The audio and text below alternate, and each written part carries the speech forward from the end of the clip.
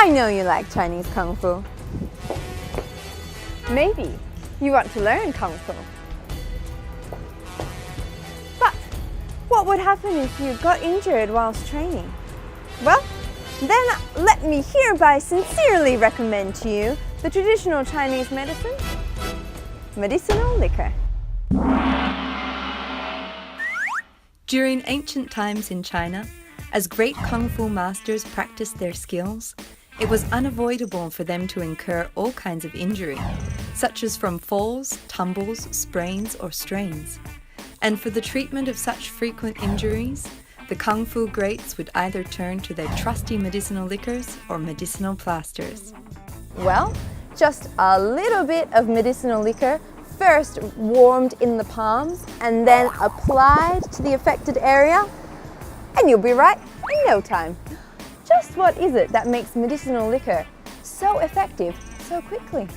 Let's find out. One of the most popular medicinal liquors in China is often used for contusions sustained from falling or heavy blows. It's used by the infusion of a few main ingredients in baijiu, rice wine, a popular drink here in China. Let's give this a go first. Cheers! Ah, wow!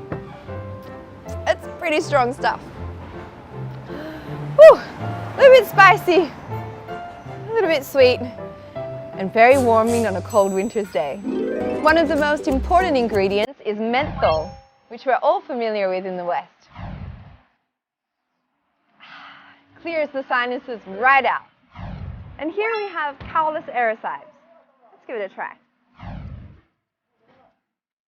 It's a little bit sweet. If I was going to compare it to anything, I guess it tastes a little bit like vanilla, maybe with a dash of ginger.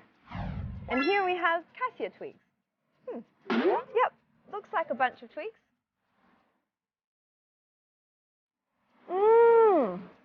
Tastes just like cinnamon. I love that. Last one, ephedra. Okay, looks like what I feed my guinea pigs. Smells like what I feed my guinea pigs. Let's see what it tastes like. Doesn't have much of a flavor. A little bit grassy. Now it's coming through. Oh, it's a little bit lemony. Yeah, almost like lemongrass, I guess. Okay, pretty pleasant. I've tried all the bits and bobs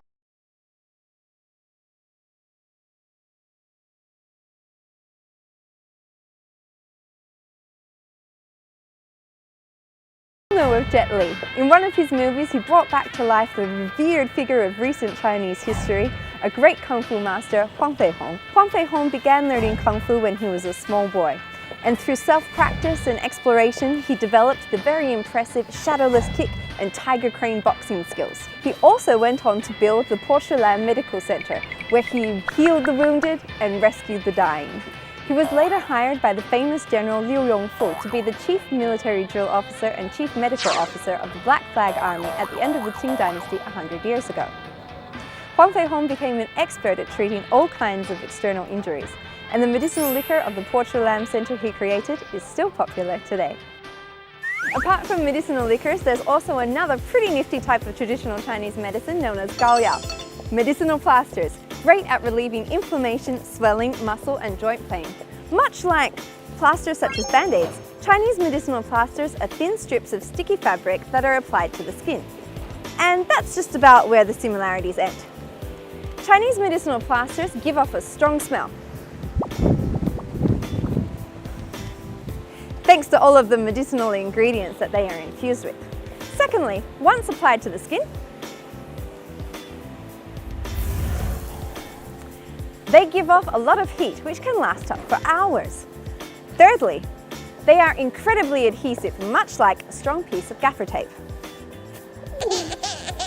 Lastly, they are by no means intended for the use on open sores or wounds, the application on which could lead to quite serious consequences.